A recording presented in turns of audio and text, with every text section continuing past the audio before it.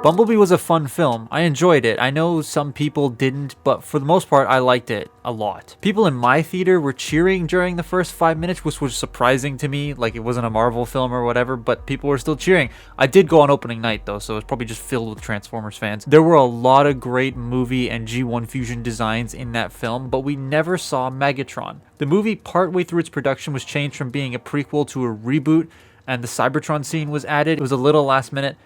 And I'm glad it was, because the new story lane that they've decided to lead down is just, it's led to some great things. People want Megatron to show up in Rise of the Beast, and there's nothing saying he can't show up in like a flashback or something, but I think they're going to save him as like a big bad Loki Avengers type villain for one of the movies after Rise of the Beast, because they confirmed they want to do like another trilogy or something. Speaking of Megatron and the new movie, I doubt Beast Wars Megatron's going to show up because it'll confuse the casual fans and casual moviegoers who don't follow the expanded fiction. As for this, well, let's talk toy. This was created by Monocrat, which I'm like 90% sure is just Black Mamba again, because everything just feels very Black Mamba.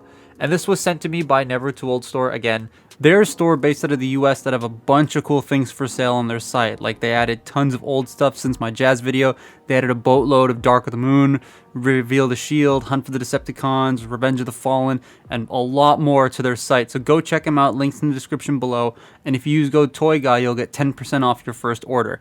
Now, to quickly touch on shipping, last time I plugged their store, there were a couple people who contacted me about their international shipping and how it was really high.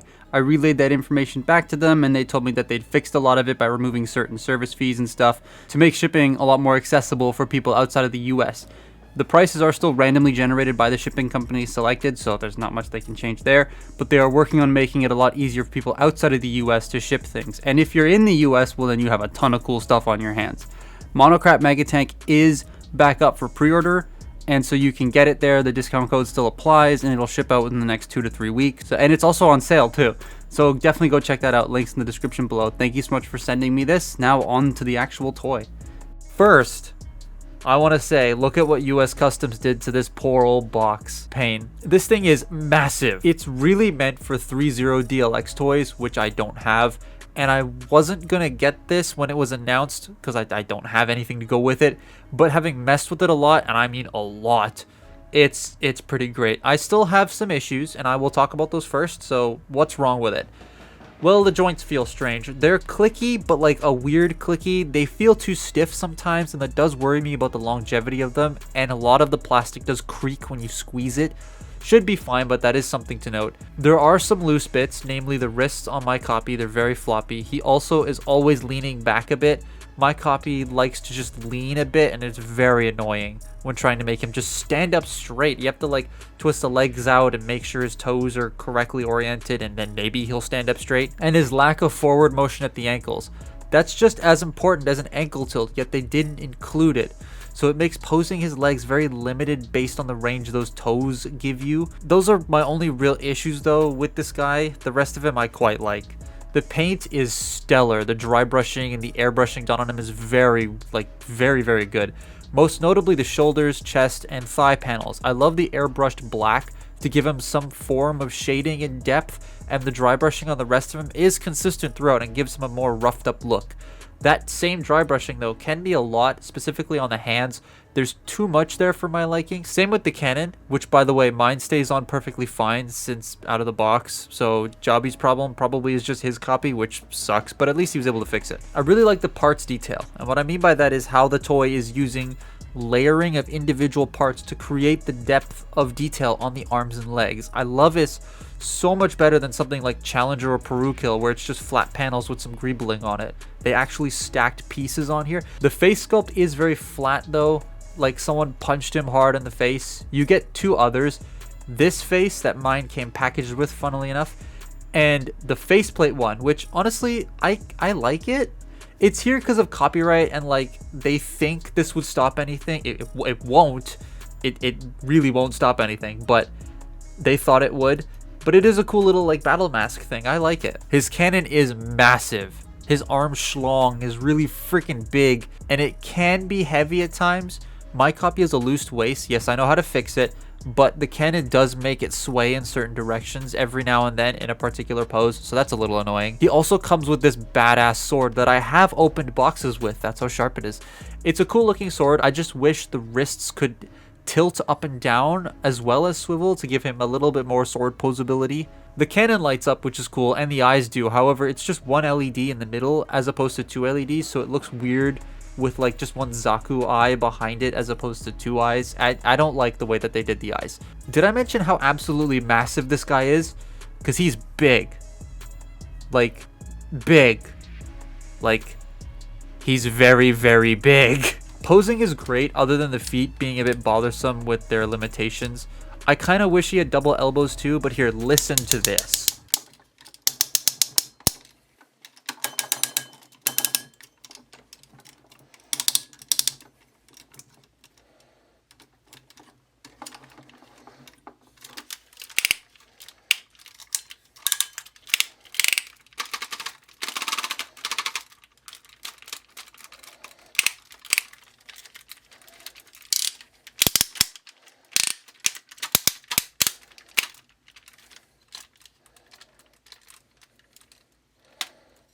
The shifting hips are nice, and the legs are very stiff with the ratchets, so that keeps him very stable. His feet are also die cast, so he has a solid base.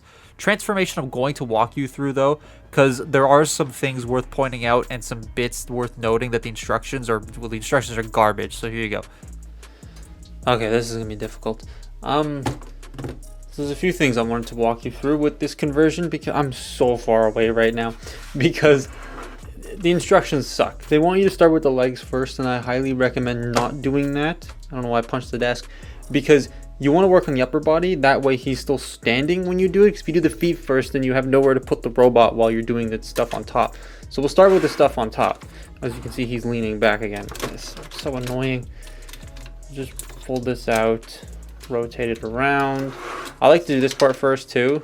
Now the instructions are very clear on how to do the backpack piece. You pull it out first, then shift it down till it clicks. Then you can extend it. Actually, I'm gonna leave it like that for now. But the instructions don't really tell you to pull it out and shift it like all the way. They just tell you that it moves and you have to figure it out. Now you want to do the shoulder pads. This is weird. So this one is fine. This one is really stiff and I feel like I'm gonna break it. It's kind of scary. Get the chest undone. This part's difficult too. You want to like remove it from here first and then sort of just pull it out because it tabs in here and under here. So once you get that all out, you can then fold this bit around like so and then tab this section into here like that. Actually, you know what? No, not yet. There's something I want to point out later. We don't do that just yet. Then you can lift this up. I need to stand. Crack my neck. Oh boy. Bring all this out. Then you want to take him on the ab crunch. And, oh, that sounds so good. He does have an ab crunch, by the way. I didn't show that off in the articulation, but he has an ab crunch. And you just rotate this 180 degrees. Now we can work on the top bit. Let's move that up and a little closer. Okay. I think I spun those the wrong way. I did spin those the wrong way. The arms rotate up like that. This goes into here like so. You bring these around and rotate them inward. And these panels just kind of live there. The arms at the top here. To fold them in, you want to, don't tab them together first. You can't really see because this is in the way, but don't tab them together first. You want to push this panel in with your thumb and then pull it forward. Then bring it down and fold this section over the elbow there. So, ow, my finger got stuck. Just do that on both sides. Peg it together. Fold this panel over that. Fold that down. And that's pretty much the arms. Now you can just take these shoulder sections and just shove them in there. Then, move the camera down. You want to take his ass and just sort of like shove that in there till it clicks. And that's pretty much that section all done. So now we can do the legs, because you want to make sure you tackle all of that first while he's standing up, because it just makes it easier rather than him lying down and you having to wrestle with this thing, because it is kind of heavy and you get tired. So with the legs here, God, this is why I don't film handheld very often. You want to slide these sections out till they click, and they're on the outside and the inside of the leg. And then you want to pull them out and then rotate them forward. The instructions aren't really clear on the fact that you have to pull them out first, so that's just something I wanted to make note of. It took me about 2 minutes to figure that out.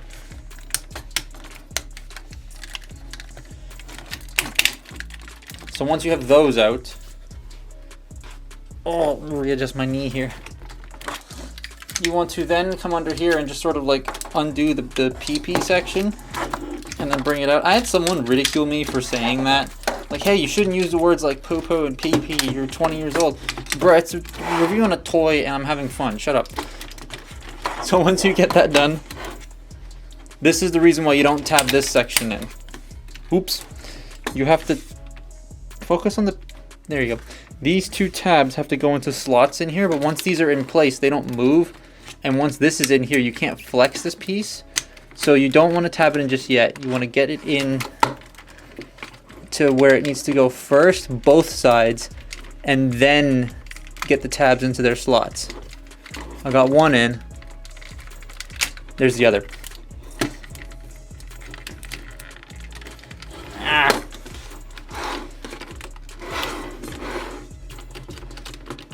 Double hinge isn't lined up properly.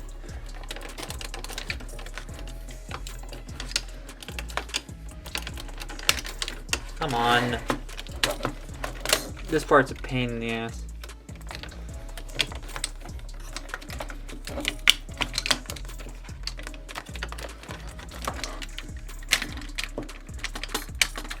That side's pegged in, that side's pegged in. There we go.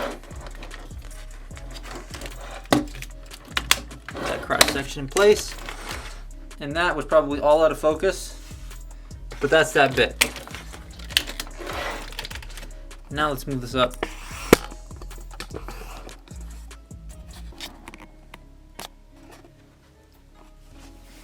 I just stepped on my phone. Now you can kind of see what I'm doing here. So the next step, you want to open these up and rotate them. Now they open up and they shift out. So you want to, when you're closing them, you want to shift them back in, like collapse them back in. Because otherwise they just won't stay in place.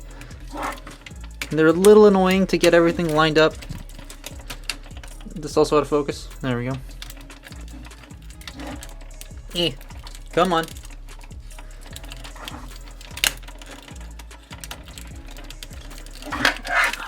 Why won't it go in?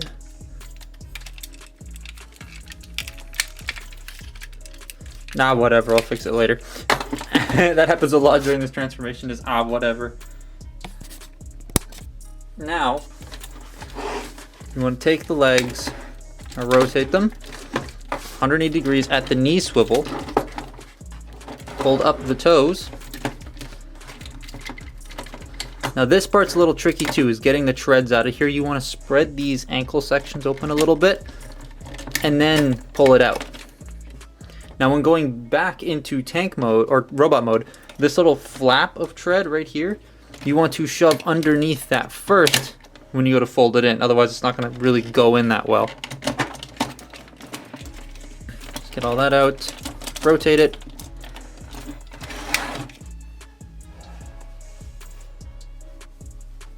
Now this section right here is also a little annoying. You want to fold these up, but not all the way, about that far. Right, so that this is now sitting flat here on this side. And then compress it back in, because then it all fits together nicely. And then you can take this and just, oops, snap it into place. Correctly, I hope. Come on, there we go. And that's one of the legs all done. So I'm just gonna do that over here.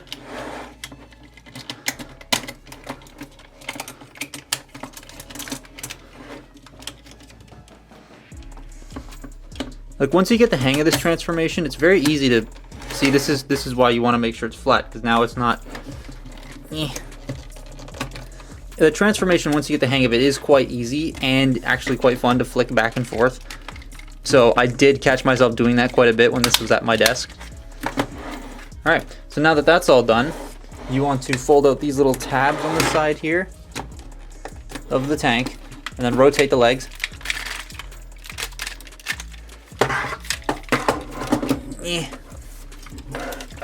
And they will peg in to square holes on either side, while these bits right here will also fit into this slot. So you got to make sure you line all that up, because I have not lined it up properly, and then this is waving out and the leg comes out and it's not very fun.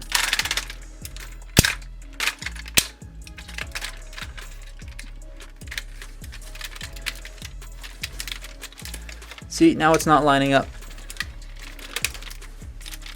Come on. Come on. Line up. This might make a noise. There we go.